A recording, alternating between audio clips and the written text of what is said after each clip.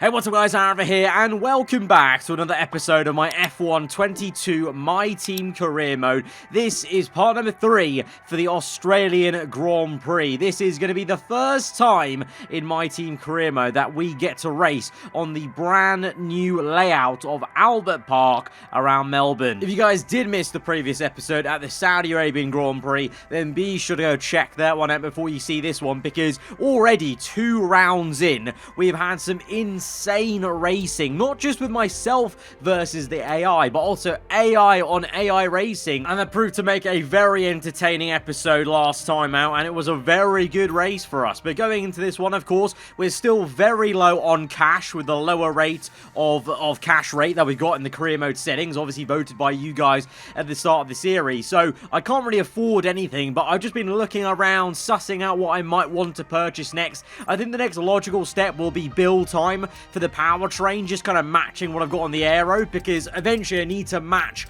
the aero and the powertrain to the chassis side of things when it comes to all the levels of the HQ facilities, because there's no point trying to bottleneck ourselves into the chassis side. And also I need to try and concentrate also on building up the personnel slowly, and I do want to purchase one bit of marketing on the HQ facility at some point. But with the reduced cash we've got and the settings you guys have voted for, I think that won't be in the pipeline until we get into maybe that second tier of sponsors with the acclaim levels. But we'll see how it goes. But yeah, part number 2 went really well for us then. Obviously, I hope by this point in the video you've already clicked off to go watch that if you haven't already, because this is a spoiler for it then. In the championship standings, we are actually in P10 then, with 4 championship points to our name and 4 points to aarava Archer Racing.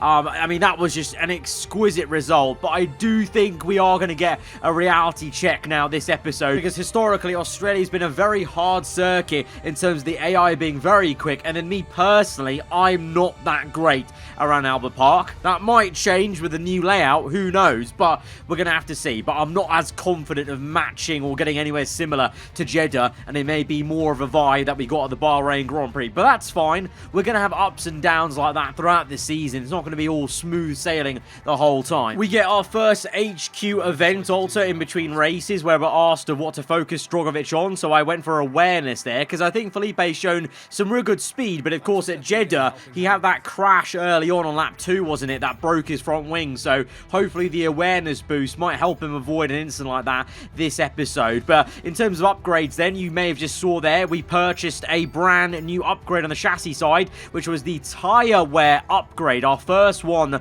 of the season, because tyre wear was a major factor around Bahrain, not so much at Jeddah, but I feel like that was just the circuit dependency. And then I decided to finally bite the bullet and also purchase the first front downforce upgrade, because we had the rear downforce already installed onto the car due to our answers with Will Buxton. So I thought finally now it's maybe time to try and balance out the 2 aero upgrades. So I think that's now 4 upgrades pending, or 3 upgrades pending, but they're all going to take a bit of time. They'll come in after this episode and into the next couple, you know, probably episode 5, all these upgrades will finally be installed onto the car. So it is a bit of a, you know, F1 is a bit of a long-term project. It's not going to happen immediately, even though, you know, we're purchasing the upgrades, you know, we've lost the R&D. It will take some time for those upgrades to actually come in and to see the fruits of our labour. But we now go into the race weekend for the Australian Grand Prix. We're met with some rain here for the Pirelli Hot Lap event. So this is another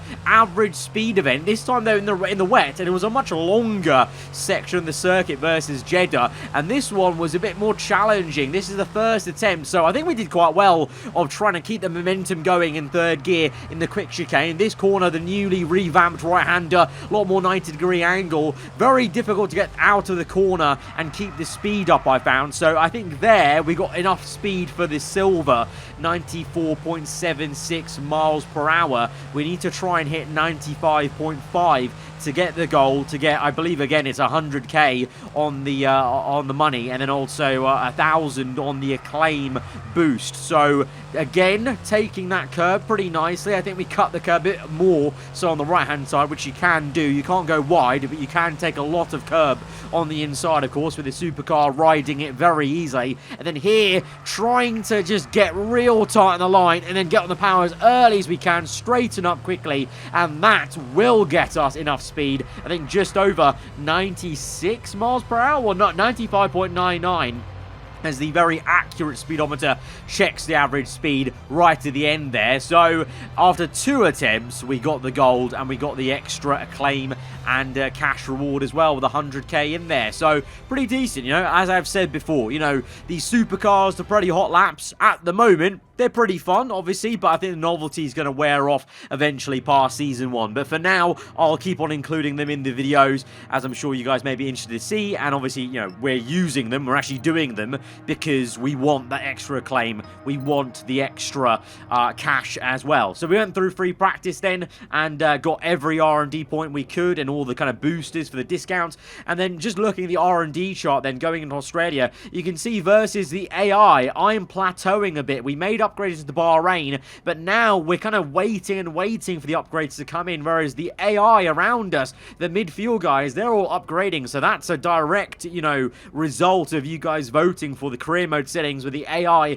have a boost on their R&D, have a boost on their cash, and we have a nerf on those things. So it will take some time, but I'm confident eventually you do always get to a point in my team career mode where you have enough acclaim, you have enough R&D coming in, you're getting results where it starts to domino effect, and then you have a bit of a roll, and you can really make some good ground up on the AI and get in that fight. But right now, it is a bit of a struggle town, but that is the way the cookie crumbles, and that's what you guys have voted for, of course, with the start of this series. So we get into qualifying then, the new layout around Australia for the first time in this series, and I gotta say, it's got a real lovely flow. I mean, it was already quite flowing into the second sector, but I think the entirety of Sector 2 now just whizzes by, and I actually really enjoy it. But enjoying the lap doesn't necessarily mean I'm going to be quick around it, and we need to go again. A second run, we've just about gained a bit of time throughout the lap, but we lose it all in the last 2 corners. The car feeling so on edge on the curbs in the last sector I was finding. Also, just to note before someone points it out in the comments below, the bottom right, you'll see the icon for the engine is in orange. That's because of my gearbox. None of the engine components are worn out to the point where they're a different color. It's just the gearbox that is just about over 70% now. But we gain a decent amount of time by going very aggressive at turn 1 on the entry and the exit, and we're going to hold through that time gained all the way through to the end of the lap here. So this is our 3rd flying lap to get us up from P21 to P20.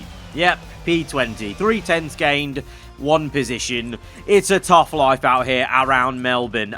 Yeah, that is where the car is, though, because Felipe Drogovic qualified in P19, whereas Lewis Hamilton bounced back from that terrible Jeddah where he was knocked out in Q1 and actually stone dead last on the grid. He's now right up there in Q1, and we've been knocked out again along with our teammates. So, you know, the last 2 episodes, we've yo-yoed between myself and Felipe. One of us has made it through into Q2. This time, neither of us did. So, it's a real step back in terms of performance, but it really is more about the track dependency, and I just don't think we have enough downforce maybe potentially for this circuit, which is also going to be a bit of a pain, because only after qualifying ended did I pay attention to the weather forecast, and I believe there is some rain on the way for Sunday, and I have not set the car up for wet weather, so this race might be quite difficult, but we're going to be in for a roller coaster with our first ever wet race. Let's go to the grid. The crowd are here, and it's brilliant to see them lining the track here in Albert Park. It's going to be a fantastic day of racing. Welcome everyone to the Australian Grand Prix. We're a stone's throw from the enormous Port Phillip Bay for today's race at the 3.28 mile Albert Park circuit. It's a bumpy racing surface here, and the 14 corners could prove especially difficult in the wet conditions. So watch out for a safety car at some point during this Grand Prix.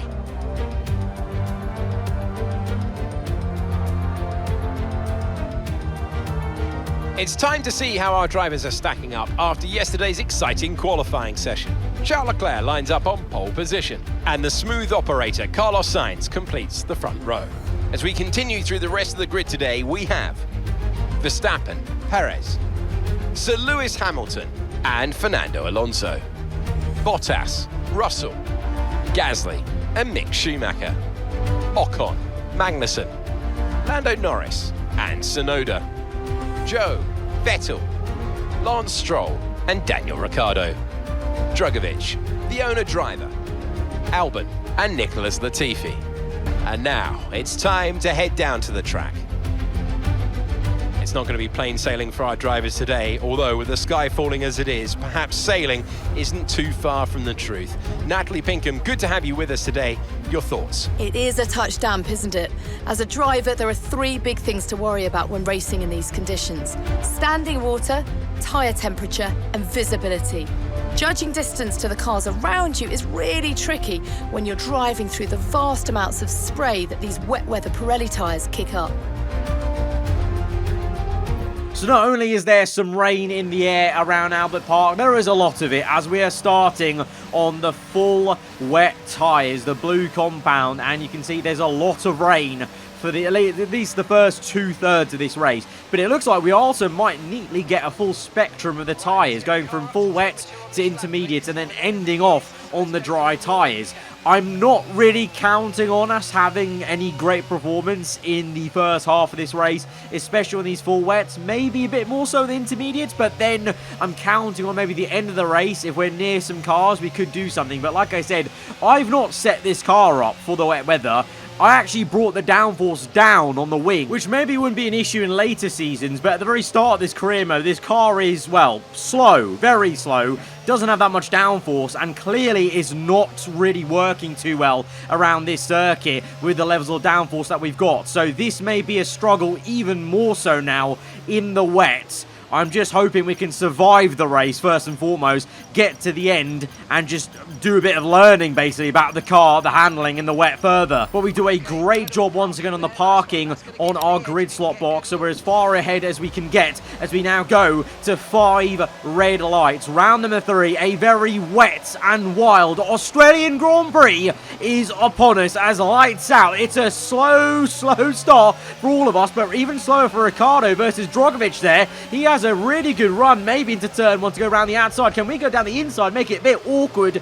3 abreast. Ricciardo did lock up on the front right, but the Australian has the confidence to shoot it back down the inside to re-overtake myself and the Brazilian, and we're pushed back down to P20 where we qualify. Latifi now having a little look down the inside. We go around the outside as we spot a bit of room to work with the outside of our teammate, but look at Latifi. He's made it 3 abreast with himself, Vettel and Ricciardo, and he's overtaken the 4-time world champion in the Aston Martin as we get bumped off a little bit by Felipe on the left-hand side, and we're down to P20. All of a sudden, our move on the outside's really not paid off there, as Drugovich now makes a move on Sebastian Vettel to get up 1 position, but it's very clear I am struggling. Like, I've got no confidence on the throttle pedal, even through this section, which I would have thought would have been somewhat near enough flat on the exit of that right-hander. I was having to feather it and really watch out when I could fully go full throttle into the next corner. So I think, you know, our car plus the setup I've got is going to make this first half of this race a struggle, a real painful experience ahead of us. And Alexander Albon in the Williams is going to make a move down the inside. We could be last place if we're not careful. Vettel's a bit slow. Drugovich has shown that he's been able to overtake the Aston Martin. So can we try and attack Seb and have a go, as I can hardly see Ricciardo up the road, but I think he was almost getting attacked by Drugovich. We've sent one down the inside of Vettel, but the German has front wing damage, I could see there in the corner of my screen, so he comes in for an early pit stop, so that's probably why Drugovich was able to overtake him. I don't think myself and Felipe are going to be moving forwards anytime soon, as on lap 2, I'm basically fighting the car every single corner just to keep this thing on the road and then stay ahead of Albon in the Williams up the road. Drugovich, oh, he makes a mistake and he spun round 360. It's a massive AI mistake from our teammate and he spins directly ahead of us. So it's not just me, it's him. He was struggling as well. I was ready to say that maybe he is on top of the car and is feeling more comfortable, but no, even our teammate is finding this car an absolute boat out of water. I mean, I would be loving our car to be acting like a boat right now with this much water around the circuit, but it's just woeful. There's no grip, there's no movement It's so hard to, move the weight of the car mid-corner. It's just so on edge. Unlike this car, the Ferrari, Leclerc dominating this one again, like in Jeddah, and leading a 1-2 right now for Ferrari, with Sainz ahead of Verstappen. Hamilton up in P4, really bouncing back well from his horrendous time around Jeddah ahead of Perez, and meanwhile his teammate Russell is the one maybe struggling a bit more down in P9 there, you can see. But yeah, this is not good news for Red Bull if the Ferraris are able to convert this into a 1-2 again. And what Red Bull really need, well, is one, the performance patch to try and bring the Red Bull back in line with real life and what we're seeing in the real season, and then also just generally the AI themselves in the game. They need to make upgrades, because Ferrari have made the most upgrades so far this season as an AI team, so really trying to solidify the advantage they've had so far. Meanwhile, back to our POV, lap 4, you can see I'm still wrestling the car around the circuit, and Albon, well, he's very much still a threat to me behind in the mirrors as we go too cautious on the braking. Albon sends one down the inside, has a bit of a look, but we're going to pinch him into the apex there. But that's one corner, even in the dry, I have still not sussed out where on earth you're meant to be braking in this My Team car versus the AI. They just seem to be outdoing me every single lap. That's where we're losing the most time in Sector 3. We're actually quite okay in Sector 1, a bit slow in Sector 2, and then massively losing out in Sector 3 with how kind of iffy the car is tiptoeing around those last couple of corners. But Drogovic is finding a bit more comfort here, and he's right up the gearbox of Albon. He's actually closer to Albon now than maybe Albon is to me, so could he maybe size up a move and make amends for that spin on lap 2? But right now it's not looking great. P19 and P21 here. The car clearly not working well in wet conditions at this stage of the season, as Albon makes a mistake though. The Thai Brit driver goes wide, almost puts it into the wall, and now Felipe Drogovic has a chance to go down the inside. They're going to be side by side into turn 1, and Albon though fights back, and the Williams gets back through into P20. It's a great little scrap for such low positions there, but I thought Drogovic could have had a bit of redemption there. But look at Albon, a replay, he just, goes so wide and understeers just nearly cleanly into the wall. So, we're seeing this so often now, just so much more lifelike driving from the AI, mistakes like a human would up and down the field really. So really great to see, but a great scrap there between Drogovic and Albon. And now on to lap number 10, we're going to make an overtake. It's not going to be on track, but it's an overtake because Guan Yu Zhou is in. I don't know if a damage or just tyre wear on the full wet, but he is in. But I talked about, the orange icon on the bottom right there, on the right hand side of the screen, about our gearbox wear, which is getting a bit worse now. That's why it's got a bit more solid. But one thing also you'll notice is there's no button for number 3, which denotes the radio button on my racing wheel. So I've lost the team radio. Mark, my engineer, is talking to me, but like in real life sometimes, where the driver loses the ability to talk to his team, I can't talk to my team. For whatever reason, I've lost the radio button, and I can't signal via radio about anything to my team. So when I come in here, I've not told them I'm boxing in this lap, but I think it's time for the intermediates on lap 11, because we were gaining a bit of time actually in Ricciardo, because the gap went from 8 seconds to 5 seconds, then back to 6 seconds. So I thought it was time for the intermediates. So it's a perfect pit stop. Hopefully my team saw me come down the pit lane, because I had no way of telling them that I was coming in. But it is a perfect pit stop there in terms of the turn in and no pit stop mistakes. So that is very promising. But yeah, a very weird foible. I don't know if that's just a glitch with the game or that's a feature that you can lose the team radio. If it is, that's kind of cool. But, yeah, so just like Verstappen in the Canadian Grand Prix gone by, I've got no way to talk to the team. They can't hear me, and so I can't tell them when I'm coming in or even ask for any weather updates, which is a little bit annoying. So we're really playing this by ear and by visuals. As we've gone through this race, then lap 13, Sebastian Vettel on the intermediate sets the fast lap of the Grand Prix, so it is very much time for the green wall tyre. But we've still got quite a few drivers still out there on the full wet tyres. So is this maybe a bit of a vibe like we've seen at real life Monaco, where there. Maybe some AI are trying to go from full wets to dries. I don't know. Let's see, as Leclerc is still up in P1. But no, Sainz and Verstappen, they have come in for intermediates. But it's Hamilton up in P2, Alonso P3. All three of them in the top three on the full wet. Sainz, though, makes a mistake behind Alonso. He is on inters along with Verstappen. But that mistake, trying to get Fernando, may just cost him as Verstappen comes through on the left-hand side now in the new section of Australia into the high-speed chicane. The left and then the right. Verstappen on the outside is trying to dance his Red Bull round the outside of the Ferrari to get up into effectively what will be P2 in this race, because Sainz was in second behind Leclerc. Leclerc's yet to come in, but these two are battling hard for that position behind the man from Monaco, and Verstappen is up the position into P4. He's got ahead of the Spaniard. That was a crucial move to just limit the damage in this race, of course. If Ferrari continue to dominate, Verstappen needs to limit the damage until that Red Bull gets a performance patch boost. As they come down this straight, though, you know what? Leclerc, he's only just coming out of the pit lane now, and Verstappen, oh, he's done it! Verstappen's got the lead! How about that? The undercar, the intermediate earlier pit stop has worked out. So that's gone from a very important overtake to an absolutely crucial one, because that overtake on Carlos Sainz has just got Max Verstappen the race lead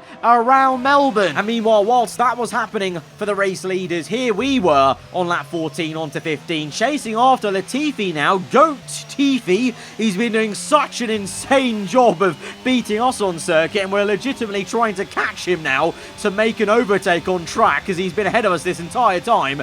We're up into P18 now as others make their pit stops finally from the full wets. Lap 17, we are closing in now. We're feeling a lot more comfortable with the car on intermediates for sure, whilst meanwhile, at the sharp end, but oh, Perez! As I was just about to start talking about the Red Bulls and Ferraris, I was going to talk about Verstappen, but no, let's talk about Sergio Perez. He's out of the Grand Prix as the DRS is activated, which usually denotes on the F1 game. Usually, you can use that as a good yardstick, as it's the crossover for the dry tyres, I wonder. But Perez, he is out, so this is a disaster for Red Bull in some ways, because they've got one less car in it, and Ferrari could still outscore them with the 2-3, but Verstappen still leads the way then by 1 second as we now come in with Latifi on lap 17 onto 18. This new pit lane entry, very, very tight, very close to the wall, but we're in now, and could we maybe try and jump Latifi in the pits here with a good enough pit stop? Drogovic is in, unfortunately, for a double stack, but that's not my problem. I didn't know he was going to come in, but we do make a good pit stop. It was a good enough turn in, and Latifi's held up by Drogovic, I think that was, maybe, and we get ahead of him now into P18 on lap 18. So I think what happened there was Latifi got blocked off by Drogovic coming in for his pit stop right behind me with a double stack there. So Felipe kind of almost surrendered himself just to get me that position. Meanwhile, back at the forefront then, Verstappen still in the lead by over a second, So even though the Ferrari's clearly been the quicker car so far in this career mode series, Verstappen's done an excellent job of controlling and maintaining that race lead. His team got him with the strategy. He's in now. Both Ferraris are in though. Leclerc's in, and look at this. Carlos Sainz is blocking Verstappen. It's the most Ferrari tactics you've ever seen, using the second driver as a bit of a toy to play around with their rivals. Leclerc, just like that, is now back into the lead, and by about three or more seconds. Verstappen has just been robbed of the race lead here. He's out in second place, and it's due to the double stack for Ferrari. Just like Drogovic blocked off Latifi, Sainz blocked off Verstappen for Leclerc. Wow, oh wow, that is a little bit controversial, but also quite amazing. Absolutely blistering tactics from the Scuderia, as Leclerc is back into the lead, and he's looking likely to go on now for 3 wins in a row then to kick off this season. Meanwhile, for us on these soft tyres, we're slowly getting to grips with the circuit. It's a little bit slippery out there, but we're just tiptoeing around and trying to find the groove. And on lap 19 onto 20, we're going to round the bend, and we're actually going to have a very surprising thing pop up on our screen as we go across the line. We set the fastest lap of the Grand Prix so far. We've gone purple in this race, in the race where we were almost fighting for last place beforehand. We have now set the fast lap of the Grand Prix, and I must say, it's amazing to be trading fastest laps with the championship leader, you know. It's just, you know, not everyone can do that, you know. It's only for a few number of people, and that includes me and Leclerc. We're in the same club, clearly, already. But jokes aside then, lap 29, we've got 8 laps left to go, and this fight is brewing in the midfield. Ocon ahead of his rival, Gasly, but he's slow! Ocon, I think he's got a puncture on the front left tyre! Yes, he does! I don't know if there was debris, that was the curb or whatever, but it's really rotten luck for Esteban Ocon, and meanwhile, Ricciardo is going down the inside of Yuki Tsunoda. Tsunoda, though, comes back at him. There's a fight for just lower positions, just outside the points. The McLarens, again, struggling for pace around Albert Park, but Ocon is going very slow, and he's going to slow up Lance Stroll as Stroll makes a dive bomb down the inside, and he's held up Stroll so much that now maybe Stroll is within striking distance. He's 1.5 seconds ahead of us. We're on a quicker compound. We've gambled a little bit on the soft compound. I didn't really know how long softs would go around here, but I just strapped them on because I thought they'd be the quickest tyre in the kind of damp conditions. But it does mean we've got a bit of tyre wear to contend with. But at the moment, we are gaining time like nothing on every lap versus Stroll. We're now within DRS range of the Canadian. So could we try and get up into P14, which, you know, after how the first half of the race went, I would happily take P14, you know, as now we've got DRS. We're pulling him in Sector 1. We're now 7/10 behind him. So lap after lap, we're gaining. And now lap 26, a lovely slingshot exit off that chicane. And now down into this right-hander. Real late on the brakes. A little bit of contact with Lance Stroll on the side pod due to my tyre wear. But we've managed to give him enough room still to work with and even attack us into the next corner. So he can't complain too much. But we've sent it down the inside to get the Aston up into P14, but he'll come back at us. Lap 27, look at him come at us at a rate of knots. We'll park the car in the middle of the circuit, very awkward for him, and we'll defend successfully. But can we defend into the next lap? Because on lap 28, you bet off the final corner, he's going to have a great exit. Because look at the bottom right there, our engine icon is in red because our gearbox, I think, is now over 80%. Let's hope we don't have a gearbox issue to end off this race, but our tyres are in orange. So this whole episode's been quite an experiment of the wet weather, the intermediate, and also how the tyre wear is when you start to go off the cliff. For the first time here, struggling really quite a lot. You can see the graining line on the front tyres here, as the tyres are very much second-hand, and Stroll is still behind us, but he just can't get past us in a straight line. We're doing enough at the right places at the right time to deploy ERS. We're really slow now through that right hand of the chicane. Stroll's coming at us now with DRS. We deploy just about enough ERS to keep ahead as he has a look around the outside, but we're going to get the elbows out to push him off the racing line to maintain the position, and now it's about holding out for one more racing lap. Charles Leclerc has won every single race in this career mode series so far. He's won the Australian Grand Prix in slightly controversial circumstances.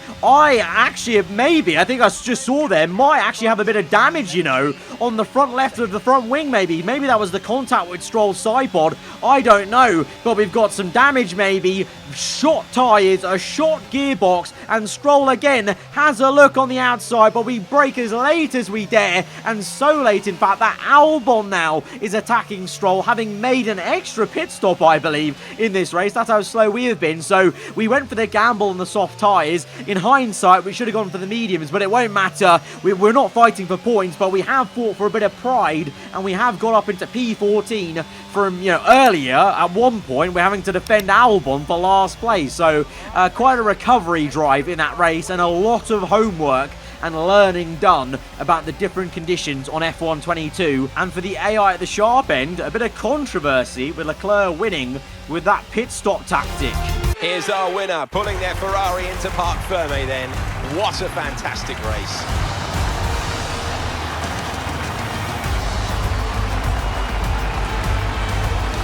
Natalie Pinkham, how do you think they were able to set themselves apart today? I'd say it was down once again to good, consistent driving, nailing the corners, working to the track conditions, and perfecting the team strategies.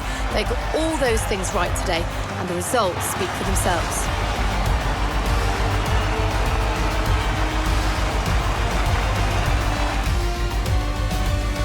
And here we are, a team that is no stranger to the podium, taking their place on top once again.